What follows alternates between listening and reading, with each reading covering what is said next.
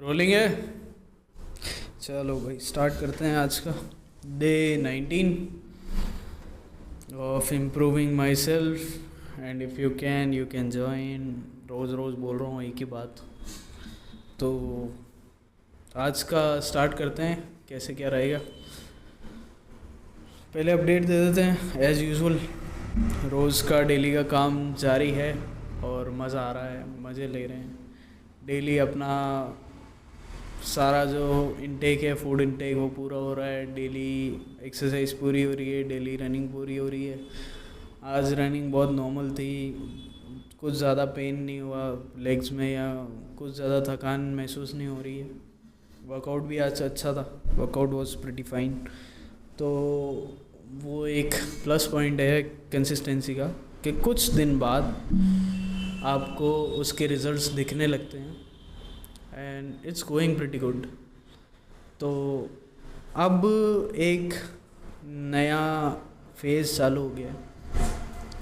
एक फेज़ आता है इंसान के या जीवन में जिसमें वो सेल्फ डाउट को बहुत ज़्यादा महत्व देता है, बहुत ज़्यादा इम्पोर्टेंस देता है सेल्फ डाउट को। मैं आज सुबह मेरे साथ कुछ ऐसा हुआ कि मेरे में एक सेल्फ डाउट और एंजाइटी की एक लहर आई थी थोड़ी देर के लिए। फिर अपन ठीक है, ट्रेंड है माइंड, तो दबा देते हैं अपन उसको कि हाँ सब अच्छा होगा करके एक बार के लिए साइड कर देते हैं। फिर थोड़ी देर बाद फिर सोचा उस बारे में कि क्यों आया, इसका क्या मतलब था, और ये एक सर्वाइवल पॉइंट ऑफ व्यू से कितना इम्पोर्टेंट है एंजाइटी होना। लोग कहते हैं ना एंजाइटी बहुत गलत चीज़ है, एंजाइटी नहीं होनी चाहिए, मतलब आपको बहुत नॉर्मल रहना चाहिए हर सिचुएशन में। एंजाइटी ज़रूरी है। जो भी आपके साथ आपके जीवन में होता है ना, कोई सी भी मेंटल स्टेट हो आपकी, कोई सी भी, मैं कुछ गलत नहीं है। इस बात को मैं बहुत इम्पोर्टेंस देता हूँ कि जो भी आपके शरीर में, जो भी आपके दिमाग में हो रहा है, वो सब इम्पोर्टेंट है from a survival point of view. ये सब आपको सर्वाइव करने के लिए है। कि आपको फियर भी इसलिए फील होता है क्योंकि आप सर्वाइव करना चाहते हो। आपको एंजाइटी भी इसलिए फील होती है कि मेरे साथ कुछ गलत नहीं हो जाए उस मोमेंट पे, है ना। तो आप किसी भी चीज़ को गलत ना लो। कहने का मतलब ये है कि आपको, चलो ठीक है, मैं एक व्यू हटा देता हूँ यहाँ से कि सर्वाइवल पॉइंट ऑफ व्यू से सब चीज़ ज़रूरी है, पर एक्सेसिव सब चीज़ ज़रूरी नहीं है। एक्सेसिव नहीं होना चाहिए कुछ भी, बट अगर आपको थोड़ी बहुत एंजाइटी होती है या थोड़ा बहुत डिप्रेस्ड थॉट्स आते हैं या थोड़ा बहुत आप वैसे होते हो कि थोड़ा अजीब लगता है, कई चीज़ अनईज़ी फील होता है, वो सब बहुत इम्पोर्टेंट है। उसको आप बहुत नॉर्मल समझें। वो एक ऑलमोस्ट आप समझ लो कि मजाक ही है, क्योंकि आपकी बॉडी और आपका माइंड रिएक्ट कर रहा है 2000 ईयर्स ऑफ इवोल्यूशन के बाद कि खतरा हो सकता है, क्योंकि इतने सालों की आदत है, वो डेकेड्स ऑफ ईयर्स की आदत है, वो होगा। और उसमें टाइम भी लगता है उसको जाने में। आप 2000, आप मान लो ना 2 लाख साल से आप वी आर इवॉल्विंग, तो वो एक उसके कुछ ड्रॉबैक्स भी हैं आपके जीवन में। वो एक आप समझ लो कि एक आपकी बॉडी और बायोलॉजी है, वो आपका इवोल्यूशन बोलता है उस टाइम पे। आपको उन सब चीज़ों में ज़्यादा दिमाग लगाने की ज़रूरत नहीं होती है। मैं ये कहता हूँ कि उसमें दिमाग मत लगाओ, क्योंकि वो एक बहुत छोटा पार्ट है आपकी लाइफ का। आपके पास इससे बड़े बड़े गोल्स हैं, इससे बड़ी बड़ी अचीवमेंट्स हैं, इससे बड़े बड़े आपने पैरामीटर्स सेट कर रखे हैं अपने लिए। तो आप इतनी छोटी चीज़ों में अपना ध्यान लगाओगे, वो कोई सेंस नहीं बनता उसका। कि छोटी सी कोई अनइजीनेस हो गई तो आप डॉक्टर के पास चले गए, छोटा सा फीवर हो गया आप डॉक्टर के पास चले गए। वो एक बॉडी का पर्टिकुलर एक प्रोसेस होता है सब चीज़ को देखने का, जांचने का, परखने का। उसमें बहुत ज़्यादा घुसना ज़रूरी नहीं होता है कि सब चीज़ को सिम्टम मान के सब चीज़ को एक बहुत सीरियस लेवल पे ले जाना। वो एक मजाक के तौर पे ठीक लगता है वो, बट एक्चुअल में वो चीज़ सही नहीं होती आपके लिए। आप बचपने में कर तो देते हो, पर ठीक है, दैट्स एन अनदर टॉपिक, वो भी कवर करेंगे किसी दिन जब मन हुआ। तो आज के टॉपिक पे आते हैं हम। that is a quite interesting topic. I have thought about it multiple times before. Dare to get fucked easily. It's मैं ये सब सिनोनिम देता हूँ अलग अलग. मैं मेरा फ्रेंड मिल के, मेरा भाई मिल के सब सिनोनिम देते हैं कि किसी चीज़ को अलग तरीके से बोलने से वो कितनी इफ़ेक्टिव हो जाती है. ये सब एक, आप समझ लो कि एक क्लिकबेट ही है कि आप कुछ अलग सा देखो स्क्रीन पे और उसके बाद आप समझो कि यार ये अलग वर्ड यूज़ किए गए हैं. इसका मतलब क्या होता है dare to get fucked, how it is freely moving for you और how it is really important in life. ये इम्पोर्टेंट क्यों है डेयर टू गेट फक्ड? ये मुसीबतों को आने दो, सीधी सिंपल बात है, इसमें कोई फ़िल्टर नहीं है. जब आप आपकी मुसीबतों को अलाउ नहीं करते आने को अपने ड्रीम्स के पीछे, जैसे मेरे साथ हो रहा है, एंजाइटी होती है, डिप्रेसिव थॉट्स होते हैं और बहुत कुछ ऐसी चीज़ें होती हैं जो मैं शायद कैमरा पे बोल भी नहीं पाऊँगा. तो डिप्रेसिव थॉट्स होते हैं, एंजाइटी होती है, वो और भी फलानी चीज़ें होती हैं. तो वो इसलिए है क्योंकि मैं ये बात समझता हूँ और मैं फिर भी यहाँ आके बैठा हूँ क्योंकि मैं ये बात समझता हूँ कि ये सब प्रोसेस का पार्ट है. आप आपकी प्रोसेस के पार्ट को, अगर आप आपकी प्रोसेस को ये नहीं मानोगे ना कि इसमें नेगेटिव भी आ सकते हैं, तो आप वही काम अच्छे से कर ही नहीं पाओगे. क्योंकि आप वो केवल और केवल गोल की तरफ ध्यान देते हो कि नहीं मेरे को तो 6 महीने में 6 पैक एब्स चाहिए. अब इसमें कुछ गलत होएगा ही नहीं मेरे साथ. मेरे को 6 पैक एब्स चाहिए पर मेरे को भूख नहीं लगनी चाहिए, मैं भूखा नहीं रहना चाहिए हूँ और मैं ओबीज हूँ. ऐसा होगा ही नहीं कि आप वो भूख वाले मैटर से या आपकी ज़बान जो चलती है खाते टाइम ख़तरनाक तरीके से कि मेरे को ये भी खाना है, जो आपको वो क्या कहते हैं यार, वो एक वर्ड होता है स्पेसिफिक, इच्छाएं होती है, दैट्स सिनोनिम.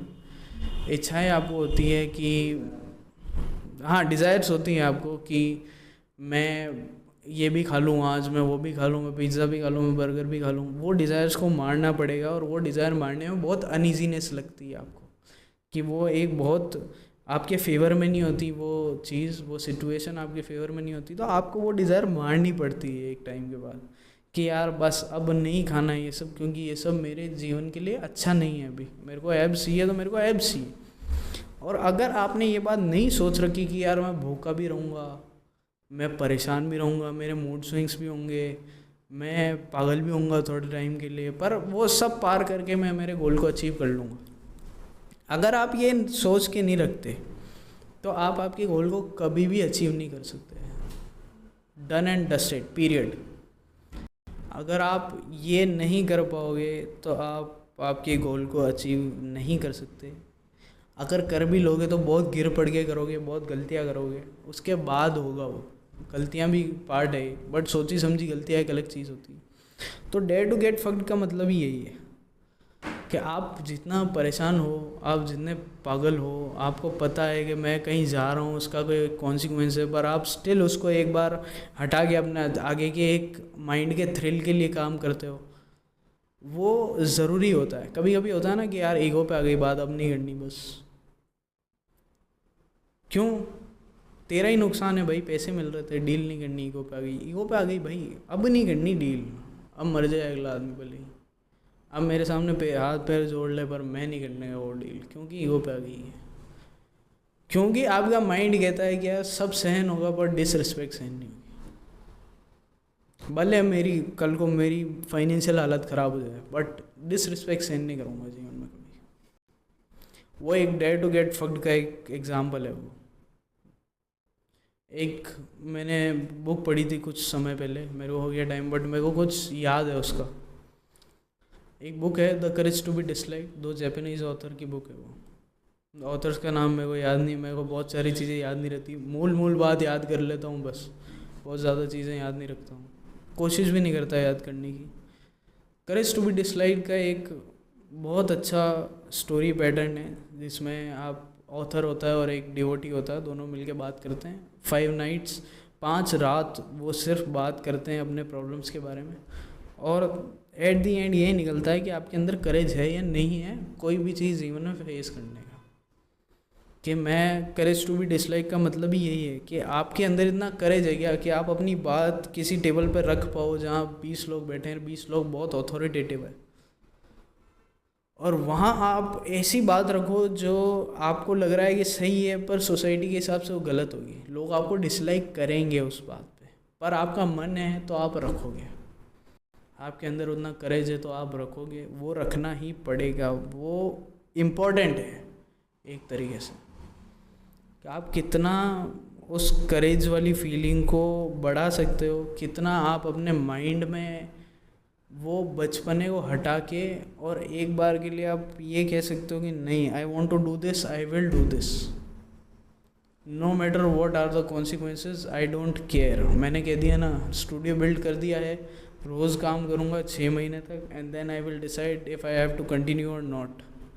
डिसीजन भी मैंने 6 महीने बाद पे ही छोड़ा है, उसके पहले तो मैंने सोचना भी नहीं है कि इसका क्या होगा और क्या नहीं होगा। रिजल्ट तो बहुत दूर है, रिजल्ट तो बहुत दूर की बात है। अभी तक मैं तो ये भी नहीं सोच रहा कि होगा या नहीं होगा, ये मैं कंटिन्यू करूँगा या नहीं करूँगा ये भी मैं नहीं सोच रहा। मैंने तो कह दिया ना 6 महीने करना है करना है। I have no money in my account but still I am doing this. क्यों? क्योंकि करना है। एक मन में एक कीड़ा है, ऐसे कहते हैं ना लोग, गांड में कीड़ा होता खतरनाक, मेरी भी है कि मेरे को करना है। ये मेरा थ्रिल है। मेरे को यहाँ से आने से पहले डेली बहुत खुशी होती है कि आज मैं किसी चीज़ के बारे में बोलूँगा, आज मैं मेरी लाइफ इंटरनेट पे पुट ऑन करूँगा। ये सोचते हुए बहुत अच्छा लगता है कि somebody in future will listen to this and get motivated, get their shit done। काम करना बहुत ज़रूरी है और मैं भी काम ही कर रहा हूँ। This is my work। Somebody, one of my friends when visited here, he said कि you give me this space for 1 hour, just because उसको कोई लड़की लेके आनी थी यहाँ पर, and I was like घंटा मेरे काम की जगह मैं किसी को नहीं देता, जबकि ये सिर्फ 2 घंटे ही यूज़ आता है ये स्टूडियो अभी तक। फ्यूचर में और भी यूज़ आएगा बट ये स्टूडियो 2 घंटे ही यूज़ आता है। बट मैं कहा घंटा नहीं देने वाला मैं इसकी। क्यों नहीं दूंगा?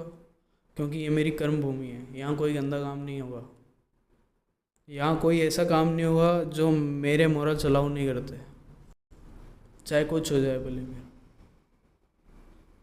वो कहते हैं ना, दोस्त के फ्लैट पे ले गया, दोस्त के यहाँ ले गया, घंटा ले गया, पहुँचो मैं यहाँ रहता हूँ या मैं यहाँ काम करता हूँ, ये मेरे मॉरल्स है।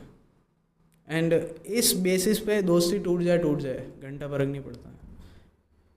दोस्ती टूटने के बाद क्या कॉन्सिक्वेंसेज होंगे मेरे, वो एक अलग सेट ऑफ वो है। This is the dare to be fucked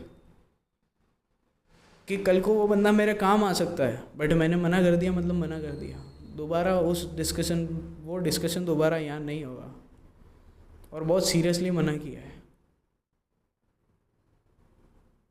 मेरा दोस्त है, वो करता है, क्या कहते हैं, एक बंदा है वो आर्मी में जाना चाहता है, उसके घर में कोई फाइनेंशियल बैकिंग नहीं है, कोई भी फाइनेंशियल बैकिंग नहीं है, बट क्या है, करना है भाई, करना है। सब स्टेबल होने का सोचते हैं, पर एक गांड में कीड़ा है जवानी का, जो होगा करेंगे, कंप्लीट करेंगे, बस that's it. That is dare to be fucked. अब उसका नहीं हुआ, वो इस बात को वो सोचता ही नहीं इस बारे में कि नहीं कैसे होगा ही होगा। मेरे पास अटेम्प्ट है, मैं करूँगा, बस मैंने कह दिया मैं यूट्यूब करूँगा, मैं करूँगा, चाहे कितनी भी दिक्कतें फेस करनी पड़े, कितना भी कुछ करना पड़े, करूँगा। कि 100% देना है मतलब देना है, एग्ज़ाम है कोई, 100% देना है मतलब देना है, भले उसका डिसीजन निकले नहीं निकले। मैं इंटरनेट पे पूरे दिन रहता हूँ, मैं पूरे दिन लोगों को देखता हूँ क्रिब करते हुए कि यार मैं बहुत कंफ्यूज हूँ, मेरे को ये एग्ज़ाम देना चाहिए नहीं देना चाहिए, या मैं ये करना चाहता हूँ ये नहीं करना चाहता हूँ। आपके रीजंस क्लियर नहीं है, एक अलग चीज़ है, बट आपके रीजंस भी क्लियर है, फिर भी आपके अंदर ही सेल्फ डाउट आ रहा है। तो इतनी रिस्क लेने की हिम्मत रखो कम से कम, कि कुछ नहीं भी हुआ तो मर जाऊँगा मिट जाऊँगा, कोई दिक्कत नहीं है, कोई प्रॉब्लम नहीं है, पर ये काम तो करके रहूँगा मैं।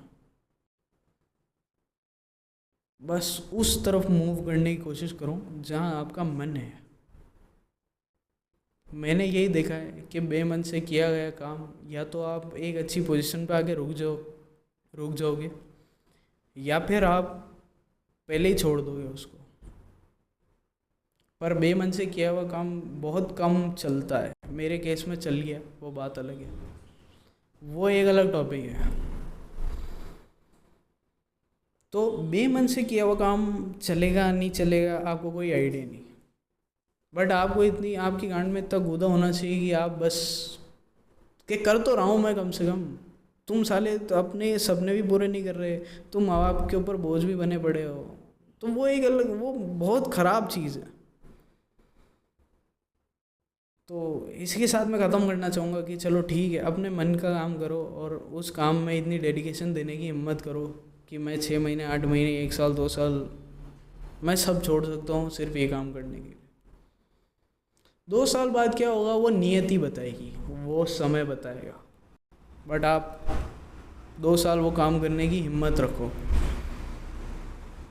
मेरा एग्ज़ाम्पल ले लो, मेरे दोस्त का एग्ज़ाम्पल ले लो, बहुत सारे आपके जीवन में भी ऐसे एग्ज़ाम्पल्स होंगे, लेके देखो, करो काम जस्ट बिकॉज आपका मन है। कुछ गलत काम भी करो जस्ट बिकॉज आपका मन है। सब जगह बहुत रिस्क पॉजिटिव होना इम्पॉर्टेंट होता है। कैलकुलेटर रिस्क लेना भी उतना ही इम्पोर्टेंट है, बट रिस्क पॉजिटिव होना भी उतना ही इम्पोर्टेंट है। That's it, signing off, Gaurav.